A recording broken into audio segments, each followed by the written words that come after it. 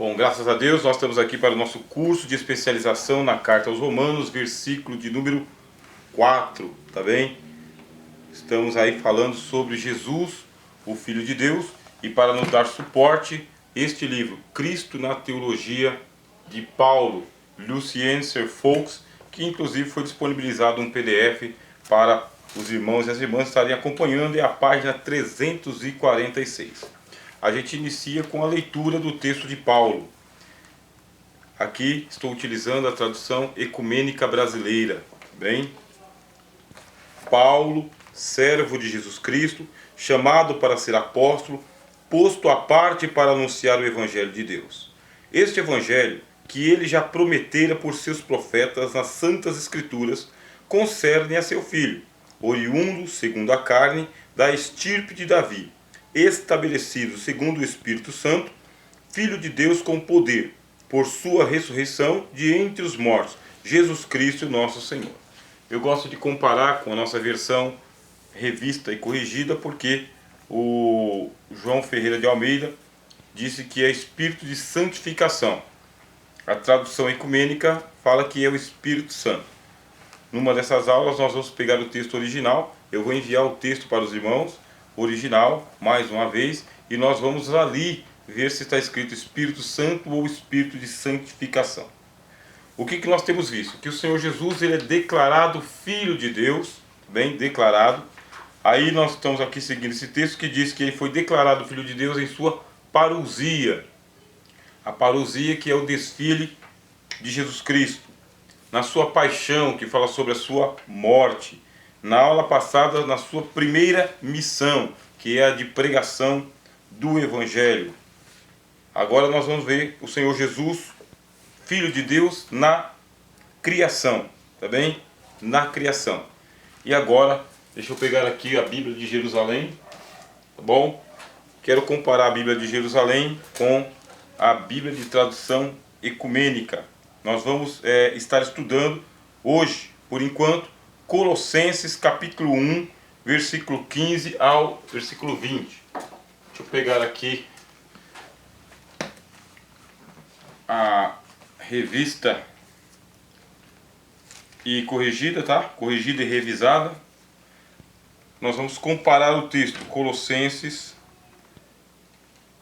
Todos os irmãos e irmãs que têm aí sua Bíblia, depois de Filipenses, tá? Colossenses. Sempre lembrando que o mesmo que escreveu a carta aos Romanos também escreveu Colossenses. Tem uma carta que o apóstolo Paulo escreveu aos Laodicenses, mas ela se perdeu. Nós não temos esta carta. Havia uma comunhão entre a igreja de Colossos e a igreja de Laodiceia. Mas a epístola aos Laodicenses nós perdemos. Vou encontrar aqui na Bíblia de Jerusalém, na revista e corrigida, e na tradução ecumênica brasileira. Se os irmãos tiverem aí alguma tradução e vocês encontrarem algo que possa acrescentar, os irmãos podem citar, tá bem? Às vezes uma tradução diferenciada amplia ainda mais. Então vamos lá. Vamos ver o que diz aqui o Dr. Serfoux. A explanação inológica de Colossenses 1, 15 a 20 depende da menção do Filho muito amado, no qual temos a redenção, a remissão dos pecados, ainda formalmente obra do Filho de Deus, versículo 13 e a seguir.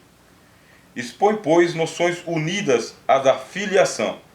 Enquanto Filho, Cristo é a imagem de Deus invisível, gerado antes de toda a criação, de sorte de que tudo foi criado por Ele. Aqui é o Dr. Serfoux falando sobre a filiação de Jesus Cristo em relação ao Pai. Agora vamos para a versão da tradução ecumênica brasileira, tá bem? Colossenses 1, 15 ao 20. Ele chama isso aqui de explanação inológica, tá bem? Porque a igreja primitiva também cantava louvores ao Senhor Jesus. Louvores. Se você vem dentro de uma tradição do Antigo Testamento, louvores só podem ser realizados para Deus. Só Deus é digno de todo louvor. Basta ler os Salmos. Só o Senhor é digno de todo louvor. Nenhum judeu autêntico, verdadeiro, nenhum autêntico leitor do Antigo Testamento, como era o caso de um fariseu que nem Paulo, nenhum deles iria tributar louvor a uma criatura, meus irmãos.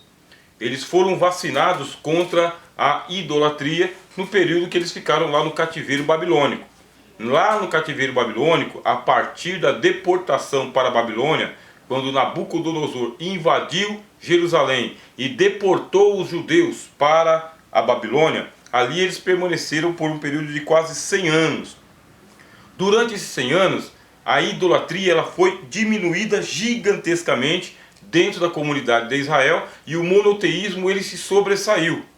Eles realmente se tornaram monoteístas, um único Deus. Só a Deus eles adoravam. De tal maneira que eles sabiam que não podia tributar louvor a uma criatura. Quando você vem para o Novo Testamento, o que é que está acontecendo? Jesus recebe adoração, Jesus recebe louvor, Jesus recebe homenagens que só podem ser tributadas ao Eterno, a Deus. E quem tributa essas homenagens? O povo judeu, o povo israelita, o povo de Israel. Por isso, ou só de ler isto em o Novo Testamento, é suficiente para você acreditar na divindade plena do Senhor Jesus, como nós temos ensinado e como as Escrituras têm ensinado. Então vamos aqui ver o hino de louvor ao Senhor Jesus. Colossenses 1, 15 até o 20. Ele é a imagem do Deus invisível, primogênito de toda a criatura, pois nele tudo foi criado, nos céus e na terra, tanto os seres visíveis como os invisíveis, tronos, soberanias, autoridades e poderes, tudo foi criado por ele e para ele. E ele existe antes de tudo. Tudo nele se mantém. E ele é a cabeça do corpo, que é a igreja. Ele é o começo, o primogênito dentre os mortos, a fim de ocupar em tudo o primeiro lugar. Pois aprove a Deus fazer habitar nele toda a plenitude, e tudo reconciliar por meio dele e para ele, na terra e nos céus, tendo estabelecido a paz pelo sangue da sua cruz. O que nós temos aqui é um hino, tá bem, meus irmãos? Um hino. Não é o hino que a gente está ouvindo aí nas paradas de sucesso gospel, tá bem? É o hino que a igreja primitiva cantava. Esse hino ele é cantado na igreja de Colossos. Provavelmente deveria ser cantado também na igreja de Laodiceia e outras igrejas da Ásia, onde o apóstolo Paulo plantou o evangelho. Então você imagina que você está entrando em uma das comunidades ali de Colossos, está entrando, aí o pessoal fala, vamos agora adorar a Deus. E na hora de adorar a Deus eles começam a cantar, tá bem? Ele é a imagem do Deus invisível. Aqui está em prosa, mas era para estar em verso. Esta Bíblia aqui, que é a Bíblia que eu estou utilizando nessa noite, Tradução Ecumênica Brasileira, ela mantém o texto em verso e não em prosa. Em verso para mostrar que é um hino. Vamos ver aqui como que está a Bíblia de Jerusalém. Como que está? Se está em verso ou em prosa. Quando está em prosa, o texto é corrido, é direto. Quando está em verso, ele é dividido, tá bem? Dividido como se fosse uma música. Então, deixa eu mostrar para vocês aqui, verem de perto, que a Bíblia de Jerusalém, ela obedece essa ideia. É um hino, tá bem? Ó. Está em verso, ele não está em prosa. Da mesma forma, também a Tradução Ecumênica Brasileira. Agora, nós temos aqui a nossa tradução, a protestante, a revista e corrigida. Aí você vai observar o que? Está em prosa, tá vendo, irmãos? Está em prosa. Por essa razão, eu vou pedir para os irmãos, ampliem as Bíblias de estudo que vocês tiverem, para vocês terem uma melhor compreensão da Bíblia, o mais perto possível de como que ela foi escrita, tá? Isso não invalida a tradução João Ferreira de Almeida, não invalida, tá bem? Só que para ampliar o nosso entendimento, nós temos outras traduções que cuidaram em manter o texto em forma de de verso. Aí você vai perguntar, mas e quando Paulo escreveu? Ele escreveu em forma de verso ou em forma de prosa?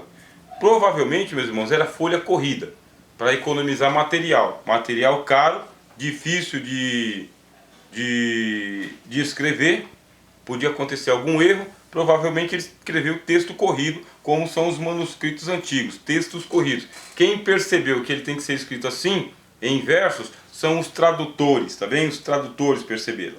Então o que diz aqui a Bíblia de Jerusalém? Vamos lá.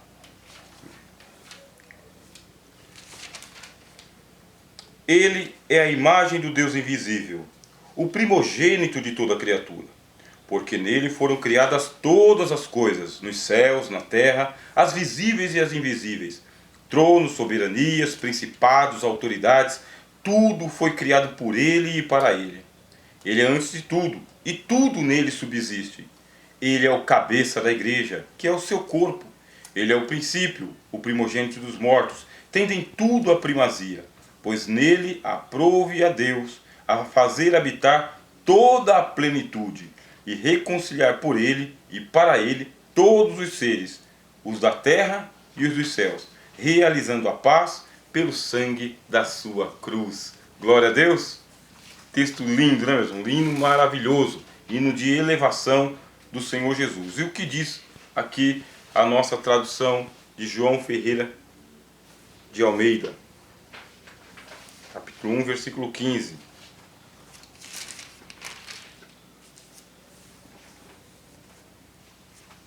Porque nele foram criadas todas as coisas que há nos céus e na terra, visíveis e invisíveis, sejam tronos, sejam dominações, sejam principados, sejam potestades, tudo foi criado por ele e para ele. E ele é antes de todas as coisas, e todas as coisas subsistem por ele. Ele é o cabeça do corpo, da igreja, é o princípio e o primogênito dentre os mortos, para que em tudo tenha preeminência. Porque foi do agrado do Pai que toda a plenitude nele habitasse, e que, havendo por ele feito a paz pelo sangue da sua cruz, por meio dele reconciliasse consigo mesmo todas as coisas, tanto as que estão na terra como as que estão nos céus. Glórias! Então aqui a gente já começa a ver que o Senhor Jesus, ele é declarado Filho de Deus na criação. Na criação, quer dizer, e aí nós vimos, quando é que acontece a criação dentro da economia da criação? Os irmãos lembram que nós falamos do concerto da Eterna Trindade ou conselho da Eterna Trindade, tá? Ou economia da Eterna Trindade. Pai, Filho e Espírito Santo decidem em conselho aquilo que eles vão fazer, quem vai fazer o quê? O Pai, o Filho e o Espírito Santo. Agora vem a ordem da criação. E a ordem da criação é revelada para nós aqui, na carta aos Colossenses. Veja só, passou toda a Bíblia para nós termos uma revelação explícita de como que aconteceu a criação. Vamos lá. Paulo nos diz: ele, Jesus, é a imagem, tá bem? Então, é o ícone, é aquilo que pode ser visto, a imagem do Deus invisível.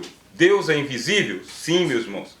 Deus é invisível para todo mundo? Sim, Deus é invisível para todo mundo. Alguém pode ver Deus? Não. Alguém já viu Deus? Não. Quem viu Deus? Jesus. Por quê? Porque Jesus vê o Pai. Então Jesus só pode ver o Pai. Por quê? Porque ele e o Pai são um. Ele e o Pai participam da divindade. Quer dizer, aí o Cristo, o Senhor Deus, Jesus, pode ver o Senhor Deus, o Pai, porque o Senhor Jesus também é participante da divindade. Aqui, irmãos e irmãs, quando você estiver conversando com uma pessoa que não crê na plena divindade do Senhor Jesus, se ele tiver um pouquinho de humildade, ele é convencido nesse texto, tá bem? Quem é Jesus? Ele é a imagem, ele é o lado de fora de Deus. Ele é o que pode ser visto, tá? O que Deus permite ser visto. Ele é a imagem do Deus invisível. Uma grande incógnita que fica sempre que nós estudamos teologia é: nós veremos Deus quando nós passarmos para a eternidade? Nós estamos fazendo essa mesma pergunta que foi feita pelos apóstolos. Aí o Cristo vai responder que nem ele respondeu para os apóstolos. há tanto tempo estou convosco e não me tendes visto ou conhecido? Porque os apóstolos falaram: Senhor, mostra-nos o Pai e nos basta. Evangelho de João, capítulo 14, o Senhor Jesus fala: como assim mostra-nos o Pai? Não credes que eu estou no Pai e o Pai está em mim? Que as obras que eu faço não as faço de mim mesmo, mas o Pai que está em mim é quem faz as obras. Olha que texto maravilhoso, olha que revelação de Jesus Cristo. Como mostra-nos o Pai? Há tanto tempo estou convosco. Veja só o Senhor Jesus dizendo: há tanto tempo estou convosco e não me tendes conhecido?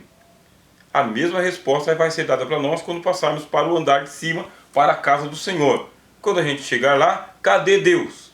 Cadê o rosto de Deus, o olho de Deus, o nariz de Deus? Cadê o cabelo de Deus? Não tem, meus irmãos. Como assim não tem? Eu não vou ver Deus? Vai ver Deus, Jesus Cristo. Mas eu queria ver o Pai. Olhe para Jesus. Olhando para o Senhor Jesus, você verá o Pai, porque o Pai está no Filho, o Filho está no Pai. Deus é invisível, meus irmãos. Deus é invisível. É de sua natureza manter-se por trás do véu, tá bem? É da natureza do Pai manter-se por trás das cortinas. É a invisibilidade eterna, absoluta de Deus e invariável, tá bom? Mas você vai ver Jesus. E quem olhar para Jesus, verá o Pai em Jesus. Isso é importantíssimo ficar salientado. Ah, mas no Antigo Testamento eu vi que tinha um pessoal lá que diz que viu Deus. Teofanias, irmãos. Teofanias é Deus se fazendo mostrar através de visões, experiências místicas, vozes e seres angelicais ou fenômenos da natureza. Não se vê a pessoa de Deus. Quem diz isso para nós de novo é o Senhor Jesus. Ele disse: ninguém viu a Deus.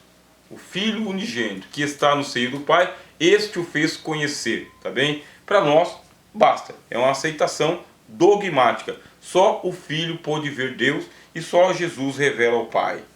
O texto ainda continua nos dizendo: ele é a imagem do Deus invisível, primogênito de toda criatura, tradução ecumênica brasileira, Bíblia de Jerusalém. O primogênito de toda a criatura. O primogênito, vamos voltar aqui. O primogênito de toda a criação, diz a carta aos Colossenses. Criatura ou criação, mesmo? Primogênito de toda criatura ou de toda a criação? Quer dizer que nós temos aqui dois conceitos implícitos, um no outro. O que é implícito? É aquilo que está por dentro, tá bem? Na criação, houve a criação das coisas e das pessoas, tá bem? As coisas é o cosmos, as pessoas é o ontós, é a gente. Então, seres que receberam alma ou inteligência, estão animados, esses aí são seres. Ou então as coisas. Entre as coisas você vai ter aí o reino da flora, da fauna, você vai ter esses seres aí. O que importa para nós aqui no texto vai dizer o seguinte: antes que houvesse lá fauna, flora, homens, peixes, aves, anjos, antes que Jesus, ele é o eternamente gerado. Texto bíblico: primogênito, primo, tá? Gênito, gênito é o gerado, tá? É o originado, é o começado, é o iniciado, é o primeiro que foi gerado. Aí vai entrar em conflito. Por que entra em conflito? Porque é nesse ponto que os unitaristas vão pegar, é nesse ponto que aqueles que são que não acreditam também, são chamados de arianos, tá? E não acreditam na divindade do Senhor Jesus.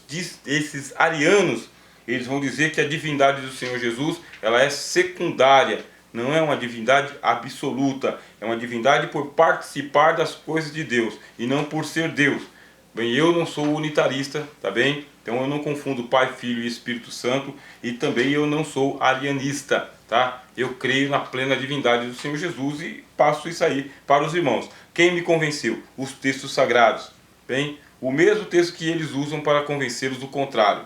Porque aqui está dizendo que ele é o primogênito de toda a criação. mas é só voltar um pouquinho para cima no texto. Ele é a imagem do Deus invisível. Então Paulo começa falando da divindade, depois vem trazendo para nós a cadência da encarnação do Senhor Jesus. Ele sendo o primogênito de toda a criação, ele é o primeiro eternamente gerado eternamente no seio da divindade. Graças a Deus, meus irmãos. Glória a Deus. Estou feliz em ler isso aqui com os irmãos. Primogênito de toda a criatura. Aí Paulo explica, pois nele, aí você vê o condicionante. Onde que tudo foi criado? Aí Paulo coloca o enigma. Pois nele tudo foi criado, nos céus e na terra. Onde? Nele. Como assim? Bom, o Pai, ele conversou com o Filho. Teve toda a eternidade para conversar com o Filho. Deus Pai, Deus Filho e Deus Espírito Santo, antes de se virarem para criar, tiveram toda a eternidade para estarem conversando. O que vamos criar?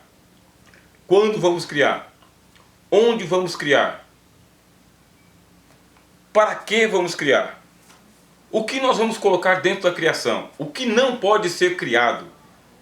Como assim o que não pode ser criado? Evangelho de João. Evangelho de João fala, todas as coisas foram criadas por ele e sem ele nada do que foi feito se fez. Quer dizer que Deus decidiu o que vai ser criado e o que não pode ser criado. Pronto. O que vai ser criado e redimido e o que vai ser criado e descartado. Quando Deus fez isso? Deus fez no eterno conselho da Santíssima Trindade, quando estavam fechados lá em conclave antes de criarem os céus e a terra. Agora, conversando, criou-se como? Criou-se nele. Em como assim cria-se nele? Cria-se na ideia de Jesus, tá? Ó, cria-se aqui, ó, na mente de Jesus.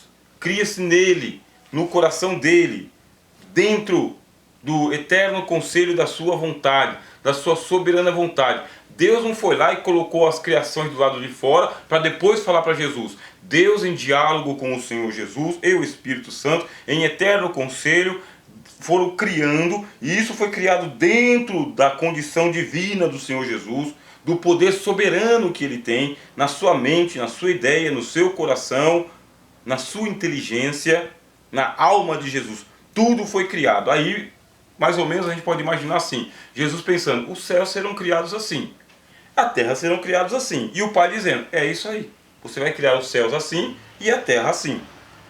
E nós vamos criar um céu só? Vamos criar o primeiro, o segundo e o terceiro céu. Vamos criar só a terra? Vamos criar a terra e vamos criar o lixo da terra. E depois vamos criar o lixo do lixo da terra. Aí foram criados a terra, primeiro, segundo, terceiro céu, a terra, mundo dos mortos, lago de fogo. Quer dizer que Deus, em Cristo, foi criando todas as coisas antes de virem à existência, tá bem, meus irmãos? Porque depois que eles se virarem para o ato criativo, quem vai ser o peão de obra de Deus? O Senhor Jesus, ou o engenheiro de Deus, ou o arquiteto de Deus, ou o jardineiro de Deus. Quer dizer, todas as profissões que você imaginar é em Jesus Cristo. Ele é o hortelão, tá bem? Ele é o artesão, ele é o alfaiate. Jesus, ele é o customizador, ele é o otimizador, ele é o decorador. Por quê? Porque os céus e a terra que Jesus criou são de uma estética, meus irmãos, de uma beleza maravilhosa. O nascer do sol, o pôr do sol, o caminho do sol, sabe? O brilho da lua, a beleza das águas, o sopro do vento, o canto dos pássaros. Isso aí tem que ter um senso estético. Então Jesus, ele é um artista. Ele criou tudo com muita beleza, com muito toque. Agora tudo, antes de sair pelo haja, ainda está dentro do Senhor Jesus, que na sua pré-existência não tem um corpo de carne. Em sua pré-existência, Jesus é o verbo, tá bom? Em sua pré-existência, Jesus é o discurso de Deus, ele é a palavra de Deus. Então, pela palavra os céus e a terra vão ser criados. O que vocês acham, meus irmãos? Pensam, né? E o apóstolo Paulo fala, isso aí foi Deus que nos preparou e Deus nos preparou para isso. Estamos em Colossenses capítulo 1 e o versículo de número 15 e o 16. Eu vou terminar o 16 para fazer uma pausa. Pois nele tudo foi criado. Nos céus, que é um negócio extraordinário mesmo, preste bem atenção. A casa de Deus começou a ser construída pelo teto. Você já viu uma casa ser construída pelo teto primeiro, para depois se construir o fundamento aqui embaixo, o chão? E não é só aqui, tá bem, que se fala. Porque quando você vai para o Apocalipse, diz assim: e vi um novo céu e uma nova terra. O teto primeiro, o chão depois. Isso aí é o nosso arquiteto maravilhoso, tá? É o nosso engenheiro de primeira. Cria o teto primeiro, nos céus e na terra. Tanto os seres visíveis como os invisíveis. Olha só que nome, meus irmãos. Seres invisíveis e seres visíveis, criado nele. Tudo que você pode ver e o que você não pode ver. Existem seres que são invisíveis. E não é que ele é invisível só para mim e para você. Tem ser que ele é invisível para o outro ser invisível. Vocês sabiam disso? Que tem seres invisíveis que os seres invisíveis não veem? Só quem vê que ele existe é Deus. Só Deus sabe que ele existe.